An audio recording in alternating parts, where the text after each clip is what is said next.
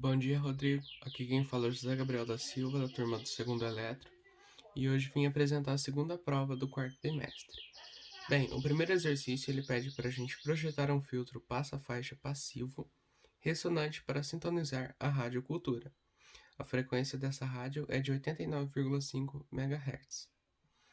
A largura da banda seria de 200 kHz. E a resistência do filtro inteiro seria de 2 ohms, certo?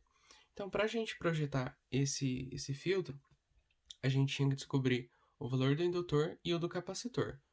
Para o indutor, eu usei esta fórmula, que é a banda igual a resistência dividido por 2π vezes L. Simplificando e resolvendo, encontramos que no fim o indutor vai ter o valor de 1,59 micro, certo? Agora, para a gente encontrar o capacitor, eu utilizei a fórmula frequência igual a 1 dividido por 2π vezes o capacitor vezes a raiz do indutor. Simplificando, resolvendo, vamos encontrar que o capacitor é igual a 1,41 pF. Bom, agora terminando de encontrar o valor do indutor e do capacitor, podemos montar o projeto do filtro. Então aqui vai ficar o circuito, o indutor, o capacitor e a resistência. A forma de onda vai ser essa. Aqui as frequências, no meio, né, no centro, vai ter a frequência da radiocultura. A banda, que é daqui até aqui, vai ter 200 kHz, certo? E assim finalizando a 1A.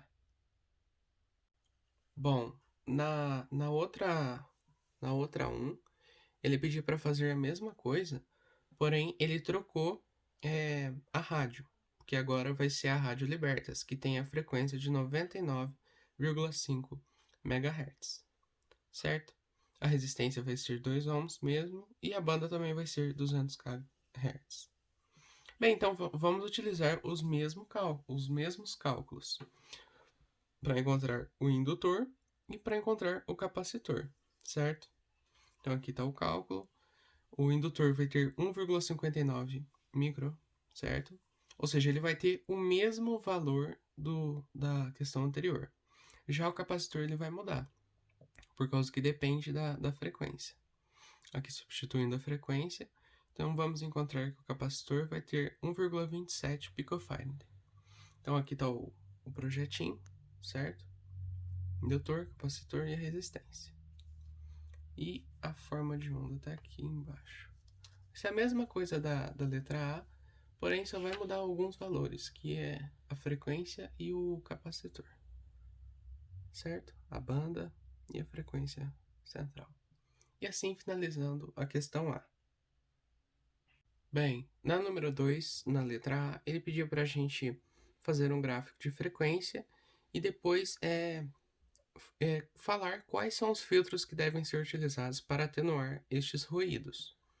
Bom, então vão ser 3 tipos de ruído, certo?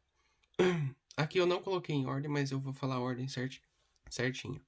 Bem, os filtros que serão usados vai ser um filtro passa baixa, um filtro passa banda e um filtro passa alta. A ordem correta deles para cada ruído seria o passa banda, que é igual à frequência de 120 Hz, e o BW seria igual a 0. Depois, a gente iria usar o passa alta, com frequência de 20 Hz. E depois a gente iria usar o passa baixa, que vai ter a frequência igual a 20 kHz. Bom, e aqui seria o gráfico da frequência por amplitude. É mais ou menos, que eu não sei muito bem. Certo? Aqui as frequências. Bom, então vamos partir para a letra B.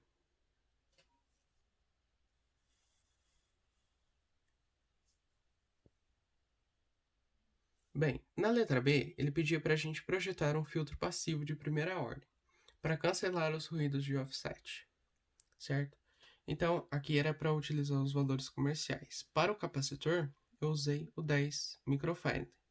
Então, aqui a gente só tinha que encontrar a resistência, pois a gente já tinha a frequência e o valor do capacitor que a gente falava um valor comercial, certo? Então, frequência igual a 1 dividido por 2π vezes R vezes o capacitor. Substituindo e resolvendo, vamos encontrar que o resistor final teria que ser de 7,96 k-ohms. Bom, próximo a este valor. Então aqui está o projeto, certo?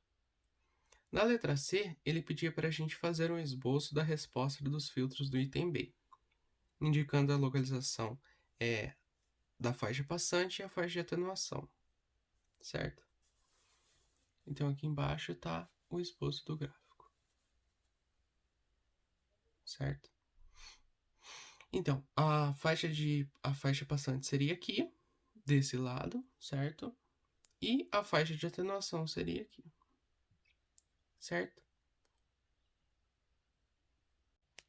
Bem, agora na letra D, precisamos projetar um filtro ativo de terceira ordem, com a configuração Chebyshev, com ripple de 1 dB, para cancelar o ruído da fonte chaveada. Bem, para isso vamos ter que descobrir os valores dos 3 resistores que compõem o projeto e utilizar valores comerciais para os outros capacitores. O valor comercial eu usei o 10 nano, certo? Então, primeiramente, temos que encontrar o tal, que seria a frequência igual a 1 dividido por 2π vezes o tal. Então, o tal vai ser 7,96 micron, certo? Após ter encontrado o tal, podemos encontrar os outros resistores, certo? Que seria tal igual ao capacitor 1 vezes o resistor 1 vezes 0,06428.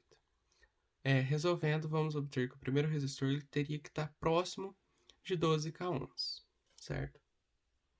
Já o resistor 2 vai ser o mesmo cálculo, só que vai mudar o último número, que agora é 16,18. Resolvendo, então temos que o resistor 2 vai ser próximo de 50 ohms. Agora o resistor 3 também vai mudar só o último valor, certo? Então, agora o resistor 3, vamos ter a ideia de que ele vai ter que ser próximo de 310, certo? Após ter encontrado todos os resistores, o projeto ele vai ficar assim, completo com todos os dados, certo? Resistor 1, capacitor 1, resistor 2, capacitor 2, resistor 3, capacitor 3.